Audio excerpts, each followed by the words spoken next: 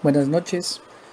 Hoy, un día 14 de agosto de este 2020, eh, comentaba yo cuando estábamos hablando sobre temas de filosofía y discutíamos la cuestión del tiempo, que esta pandemia nos ha llevado a ir perdiendo esa noción de las horas, la noción de los días, de las semanas. Solo en el puerto de Veracruz, donde está mi morada, mi casa, mi familia, el calor del verano nos recuerda la canícula. Entonces al menos esta temporada les puedo decir que sí sé que estoy en la canícula. No sé cuando estemos por ahí de octubre, noviembre. A lo mejor si esto sigue, a lo mejor si empieza a perder yo más noción del tiempo. Bueno, antes de seguir abordando el tema de la ética, eh, vamos a voy a dar un comentario relacionado al asunto de la pandemia y la vida autodidacta. Lamentablemente siempre hemos sido, bueno, mi generación y un par de generaciones atrás, estoy hablando que yo pues nací en el 84, en esa época de los años 80 había una estirpe de profesores que trabajaban bajo el principio de libertad o el principio de autonomía. Eran excelentes en su cátedra, pero a la hora de la evaluación dejaban que el alumno, pues digamos que actuara en consecuencia a lo que había aprendido. A muchos les funcionó, a otros no les funcionó, pero después a nivel institucional, desde el proyecto educativo de 1986 más o menos, la educación se volvió bastante legalista, no normalista, sino legalista, donde la educación pues tendría que forzosamente ser evaluada y categorizada. Eso le quitó a la educación este carácter de la autonomía, este carácter de la libertad, y por lo tanto, por ende, le quitó el carácter del mundo autodidacta. El alumno empezó a estudiar solo porque había que calificar. No hubo un amor al estudio, no hubo no se vivía una ataraxia. ¿Qué quiere decir la ataraxia? No había una tranquilidad, una serenidad. Todo era muy apresurado. Alumnos con los problemas de los exámenes y ese asunto. Pero luego también se generó una época donde el profesorado pues le dio flojera crear materiales y conducir al alumno al conocimiento, y bueno, simplemente lo calificaba y nunca lo logró evaluar. O sea, lo pasaba y nunca se logró evaluar. Pues este modelo también de profesores que solo calificaron y nunca evaluaron para formar al alumno y lo acreditaron para no tener problemas e irse a descansar a casa, pues eso también le dio un golpe al mundo autodidacta, porque el alumno cayó en un conformismo. El 6 y que la vida te repruebe, arriba del 6 todo es vanidad, el 10 pues es para los sabios y yo no lo soy. Entonces, esta pandemia vino a poner en jaque ese concepto de la educación legalista, calificatista, o como le llamaríamos, calificadora, ¿no? Y entonces la educación se convirtió o perdió ese carácter autodidacta, es decir, en las casas hay menos libros, aunque hay computadora y en algunos casos hay internet, en algunos casos hay internet y computadora, no hay una intención por informarse, por estudiar, por autonomía, por iniciativa, sino que la escuela se volvió forzosa.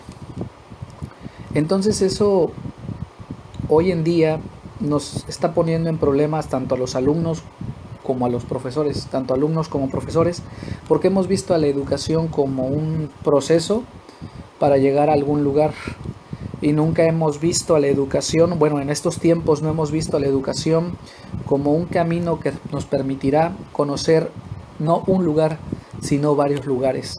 Entonces, por allí algunos compañeros me han pedido algo que hable sobre el autodidactismo. No sé en qué momento lo pueda hacer, pero de encontrar notas lo haré llegar, claro que sí. Tres aclaraciones del video anterior. En el video anterior me faltó mencionar que Aristóteles tiene muy presente la obra de Homero. la Ilíada, la Odisea, por supuesto tiene muy presente la tragedia de París, ¿sí? Y por supuesto va a tener muy presente Aristóteles a otros sujetos como Diógenes, ¿sí? ¿Y por qué los tiene presentes? Porque son sujetos que están construyendo la ética desde la empiria. Odiseo, Aquiles, Diógenes, París, tienen que construir la ética en función de sus errores, en función del juicio con los dioses o en función de lo que piensa Diógenes del mundo. Entonces eso es lo que Aristóteles no quiere. Aristóteles quiere construir a la ética como una ciencia para que sea, como lo marca, una ciencia pura, una ciencia de carácter normativo, pero también que sea al mismo tiempo una ciencia que inspire las demás reflexiones. Por ejemplo, obviamente desde aquí vamos a llegar al punto de la religión, vamos a llegar al punto del pragmatismo, vamos a llegar a varios puntos, pero Aristóteles en su obra Ética está buscando establecer el principio, así como 2000 años después Newton va a hablar sobre la teoría de la gravedad y establecerá leyes para que después evolucione la física. Entonces lo mismo, esa es la analogía con la que yo podría explicarles qué es lo que está haciendo Aristóteles.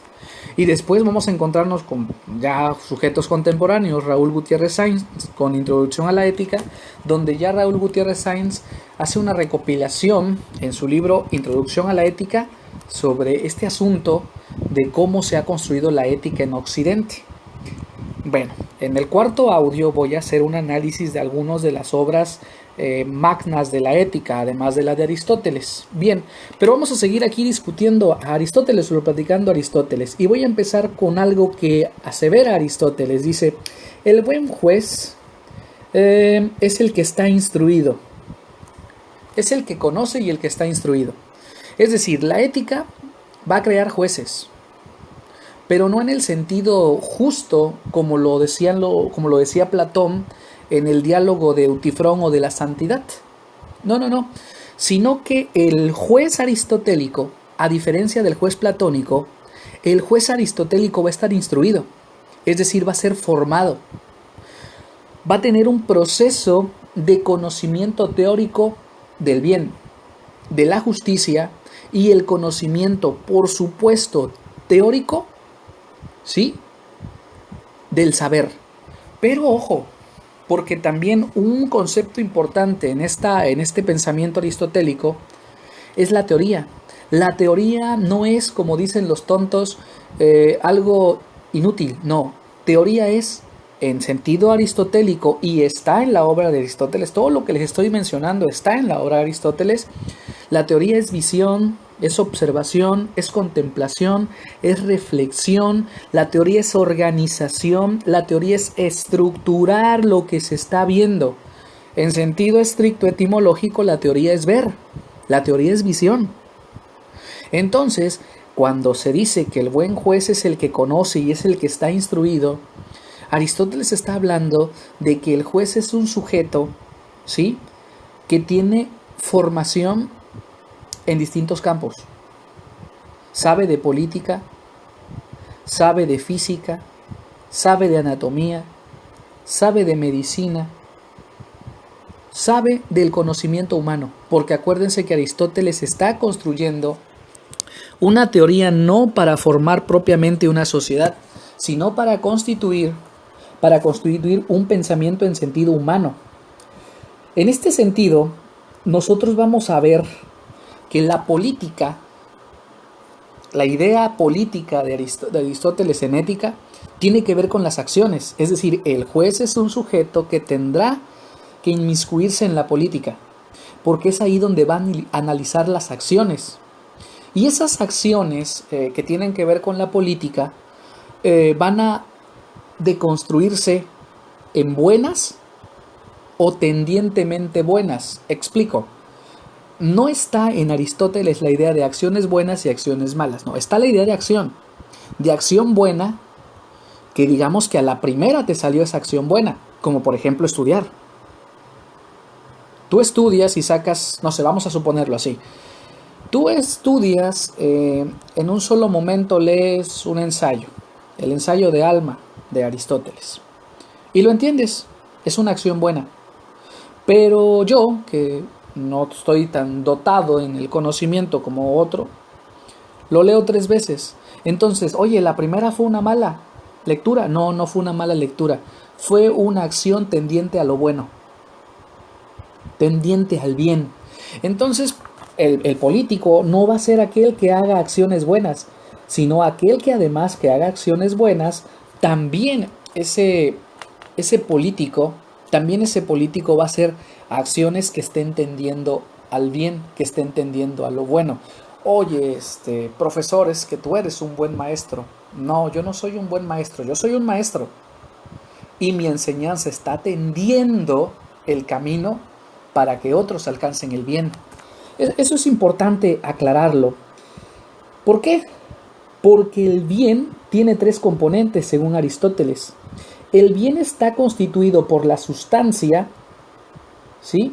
Por la cualidad y por la relación. El bien tiene estos 3 elementos. Sustancia, ¿sí? Tiene su cualidad y su acción. Un juez sustancialmente tiene un conocimiento. Es parte del bien. Pero además de ese conocimiento, tiene una cualidad. ¿Cuál es la cualidad? Como lo habíamos dicho, que uno alcance la felicidad. Oye, pero es que si el juez mete a alguien a la cárcel, a ese hombre le quitó la felicidad. Aristóteles diría, no, ese hombre está recibiendo una sanción por el hecho de no cumplir el camino que tiende al bien. No hay esa idea de lo bueno y de lo malo en el pensamiento aristotélico y la relación. Es decir, para Aristóteles, el bien tiene una relación. ¿Con qué tiene relación el bien? Bueno, tiene relación con el hombre. O sea, perdónenme los ecologistas, cuidar a un perro no es hacerle el bien al perro, es hacerle el bien al hombre. Porque un perro bien cuidado, sí, tiene un perro sano, de acuerdo, pero el perro sano repercute en el hombre. Porque el hombre entonces no se va a contagiar de alguno de los... Por ejemplo, que un perro esté bien bañado representa que en la casa del humano que cuida al perro no va a haber pulgas ni garrapatas. Así lo explico de manera llana. Oye, es que yo voy a dedicarme a una campaña para esterilizar a todas las perritas de la cuadra y a los perritos de mi cuadra, para el bien de los perros. No es para el bien de los perros, es para el bien del hombre. Por eso dice Aristóteles que, y aquí habla de esta cuestión con los animales. Hacemos el bien al animal, pero ese bien repercute, es para nosotros. Su sustancia es pues, todo el proceso de esterilizar a los animales. Su cualidad, bueno, pues es la cuestión esta de organizarte para esterilizar a los animales.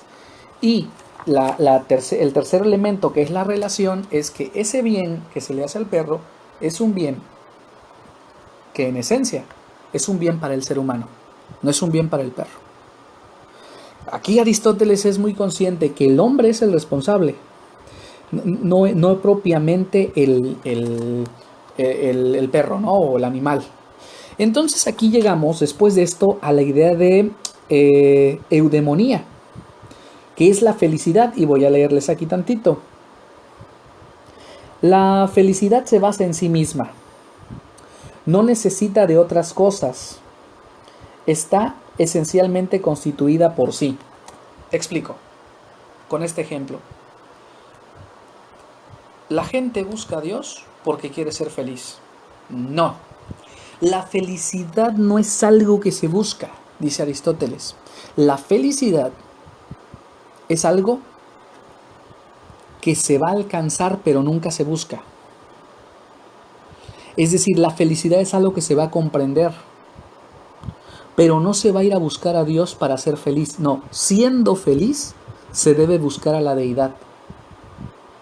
Porque en una de esas puedes encontrarte con un tropiezo en la vida y entonces toda tu idea de Dios se viene abajo.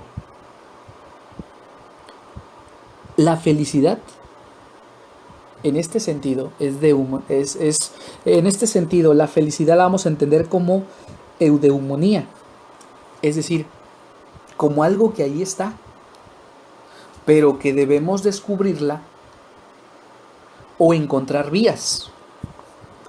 Y las vías, pues vamos ahorita a ver varios tipos de vías que nos va a presentar Aristóteles. Dice, los medios para adquirir la felicidad es la naturaleza, la enseñanza, el ejercicio o la virtud. Vamos a empezar con el primero, la naturaleza. Es decir, con los elementos naturales, con el análisis de los elementos naturales. Ahí es cuando se empieza a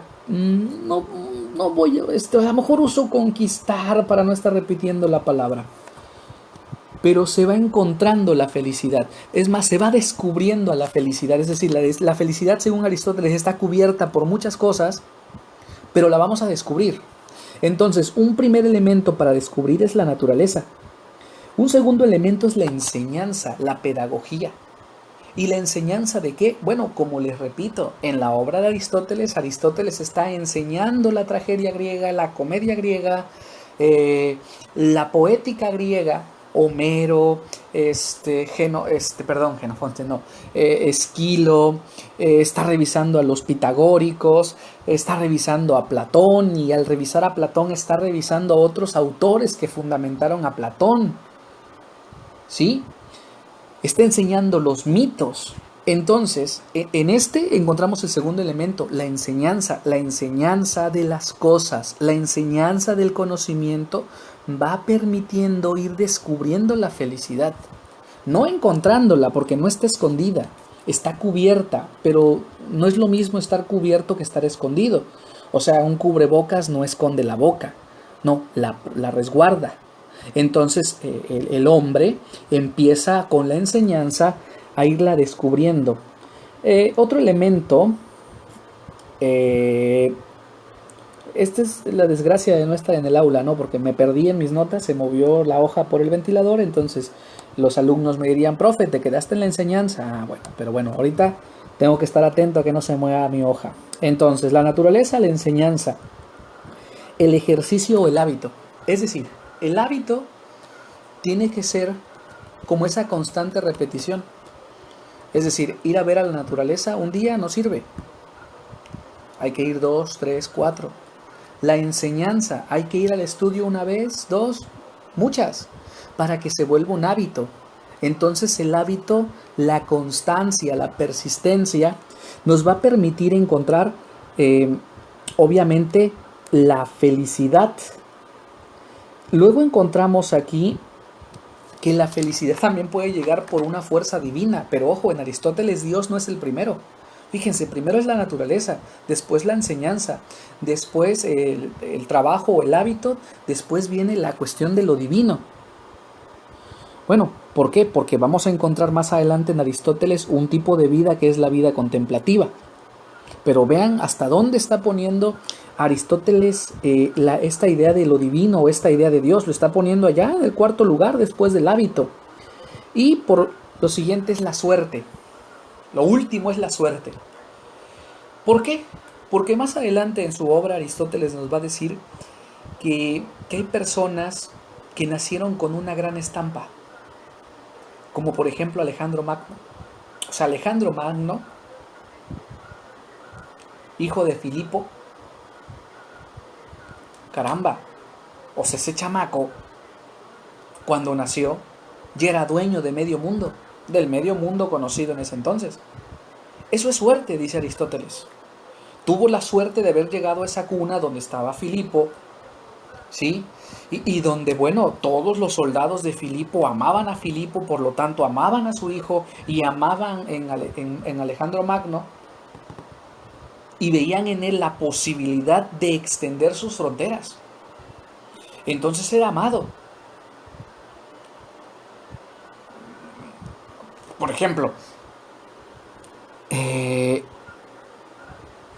voy a poner un Chedraui, un hijo Chedraui. No conozco a ningún Chedraui, pero un hijo Chedraui tuvo la suerte de haber nacido en una familia con cierto grado de opulencia, donde podría ver la naturaleza, donde podría tener todos los recursos para la enseñanza, donde una buena conducción, una buena enseñanza lo llevaría a un buen hábito, lo llevaría a una suerte de divinidad. Entonces este sujeto, según Aristóteles, este hijo Chedraui, ya va muchos pasos adelantados para ir construyendo esa felicidad. Ojo, oye, profesor, o sea que la felicidad tiene que ver con el dinero. No estoy diciendo que tenga que ver con el dinero. Estoy poniendo ejemplos de la felicidad por suerte. O sea, ¿será que Alejandro Magno haya sido total al 100% feliz el ir a la guerra? No, Alejandro Magno no se hizo feliz en la guerra. Alejandro Magno era feliz desde antes. Lo mismo que Aristóteles, según esto, era feliz desde antes. Otro ejemplo, Sócrates ya era feliz desde antes. Sócrates vive feliz, muere feliz, enseñó feliz, bebió la cicuta de manera feliz, como muchos otros personajes, como el mismo Diógenes. ¿Sí? Pero hay gente que dice que ya nace con cierto grado de suerte, que alcanzar la felicidad no le es tan complicado. Bien, seguimos aquí con esta idea de las notas. Nociones del bien. Vamos a ver, ¿cuáles son esas nociones que tenemos del bien? Una es la virtud. Bueno, la primera es la prudencia. Después es la virtud y después es el placer. Es decir, la felicidad en sí es un bien, pero es un bien que tiene 3 elementos más. ¿Cuál es su primer elemento? La prudencia. Es decir, la prudencia es el buen actuar. Oye, pero es que Alejandro Magno mató a muchísima gente. Pero pudo haber matado más si Alejandro Magno no hubiera sido prudente. Si nosotros revisamos bien la historia y le quitamos toda esa sangre que nos narran en Hollywood, las guerras anteriores, de la llegada anteriores a la era cristiana, eran unas guerras en otro sentido. No, o sea, los humanos de hace 2500 años, tengo cierta certeza que no hubiesen llegado a la Primera o a la Segunda Guerra Mundial. Es más, que no hubiesen pasado por toda la paz armada de 1870 hasta la Primera Guerra Mundial. Porque eran tipos que sí habían tenido un proceso de enseñanza universal y no enseñanza particular como en el siglo XIX se creó el Estado inglés, el Estado francés o el Estado alemán. No, eran prudentes, es decir, eran sabios, tenían un conocimiento del otro entorno. Entonces, en este sentido, el bien está acompañado de la prudencia, obviamente de la virtud, es decir, del valor. Vean ustedes a Aquiles, vean ustedes a Odiseo. Son 2 personajes que no le temen a la muerte. Ojo, pero tampoco desprecian la vida. Dejo un acertijo. Uno de estos personajes sabía que iba a vivir mucho tiempo, por lo tanto se fue a la guerra. Uno de estos personajes sabía que iba a morir pronto, por eso se fue a la guerra. Ahí les dejo el acertijo. Entonces, dentro de estos 2 personajes, que ambos van a la guerra, uno porque sabe que va a tardar en morir y otro porque sabe que va a morir pronto, ambos van a la guerra y ambos tienen un proceso de virtud. Lo que enseñan a sus soldados es la virtud. ¿Cómo definimos a la virtud? El valor de reconocer en el otro una posibilidad. Esa es la virtud. El siguiente elemento que caracteriza es el placer. Ojo, gran tema, el placer. Toda la moral que nos ha llegado a nosotros, toda la moral que nos ha llegado a nosotros ha condenado el placer. No al sexo, no a las drogas, no al tabaco, no al alcohol, no, y muchos no. Ojo, no estoy convocando ni a sexo desenfrenado, ni estoy convocando a un consumo exacerbado de drogas, no, estoy diciendo que esta sociedad solo ha pensado a la ética y a la moral desde una concepción, que es la concepción cristiana católica. O más que cristiano católico, cristiano conservador. Hay católicos muy liberales que piensan a la ética por otro lado. Hay protestantes luteranos. O sea, el bando protestante es muy interesante porque hay hugonotes, hay pietistas. O sea, un protestante es Kant. Nietzsche es hijo de protestante. Entonces, o sea, a lo que voy es, hay una noción de moral que se introyectó en nuestra sociedad que se espanta o que se la pasa prejuiciando al mundo. El placer, pues se puede obtener en las bellas artes, la poesía, la música, en un buen vino, en un buen tabaco, en dialogar con los amigos. Y Aristóteles va a dedicar un capítulo, prometo en el siguiente audio, lo voy a anotar aquí en mi cuaderno, ir precisándoles algunos capítulos, por ejemplo, donde habla del placer, donde habla de la virtud, lo prometo, ¿sale? Entonces, el placer, también se puede obtener a través del placer, se puede obtener la felicidad. Y estos tres elementos que mencioné, la prudencia, la virtud, el placer, tienen tres formas de vida. Y bueno, les leo aquí. Formas de vida para alcanzar la felicidad. Uno es la vida política. O sea, ya fuimos analizando todos los elementos que conforman al bien, todos los elementos que constituyen al bien, todos esos elementos que construyen nociones del bien, pero ahora estamos analizando este punto, formas de vida, la forma política. La segunda es la vida filosófica y la tercera es la vida del placer. Vamos a explicar. La vida filosófica se va a encargar de trabajar sobre la prudencia, la templancia, la prudencia y la contemplación de la verdad. ¿Sí? La vida filosófica, ¿qué va a permitir? Que el hombre conozca la filosofía. Oye, pero yo soy matemático. Espérate, papá. Para Aristóteles todavía no están separadas las ciencias. El conocimiento es uno, el conocimiento es el hombre. Y esto es una cosa que sí hay que reconocerle a los medievales, que siguiendo a Aristóteles no partieron el conocimiento.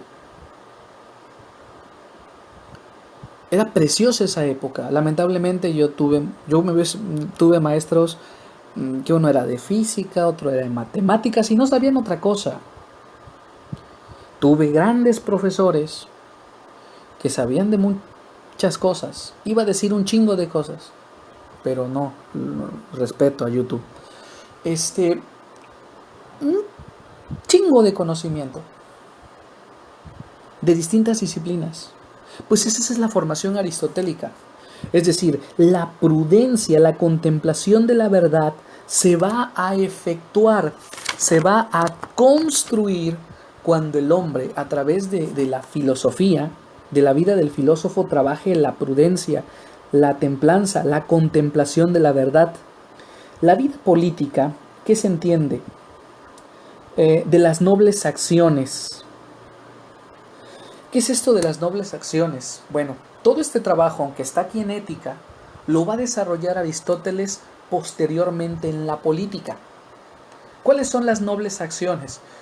La acción de gobernar, la acción de proteger, la acción de cuidar. Hoy en día, después de la Primera y la Segunda Guerra Mundial, después de la Guerra Fría, La política quedó muy envenenada o la política quedó muy apestosa. No, yo no quiero ser político, aquí por ladrón y bla, bla, todo lo que ustedes saben que se dice de la política. Pero la política en esencia es el arte de las buenas acciones. Pero ojo, o sea, chequen por dónde tuvimos que haber pasado, la concepción de felicidad, por la concepción del placer, por la concepción de la virtud, por la concepción del juez, por la concepción de la enseñanza, y después estamos hablando aquí, y después de la vida política antes de la vida política, estamos hablando de la vida filosófica. La última, la que decíamos, es la vida del placer. Y de los placeres corporales. O sea, Aristóteles no va... Yo no sé, estos cristianos conservadores que hablan mucho de que San Agustín, de que Santo Tomás, no, Santo Tomás en su obra ética, en Suma contra Gentiles, va a tratar mucho este tema, los placeres corporales. ¿Qué son esos placeres corporales? Bañarse, tocarse, conocerse, verse, vestirse, compartirse, entregarse. El problema es que al placer corporal le hemos quitado todo lo bello que se construyó gracias a que en el medievo una condena al cuerpo, ya que los cristianos se aferraron en decir que el cuerpo era la vía para el mal, que el cuerpo era lo que Dios nos había dado para que nos enfrentáramos al mal, pero que ese cuerpo tenía detenida el alma y que tendríamos que liberarla con torturas, torturando el cuerpo. Pero eso en Aristóteles no va así. En Ética de Aristóteles, al menos que ellos hayan leído otra traducción, y yo haya leído una falsa traducción, pero Editorial Gredos, aclaro, colección textos clásicos, las 3 éticas de Aristóteles, a eso estoy aludiendo. Entonces, los placeres corporales en Aristóteles no son condenados.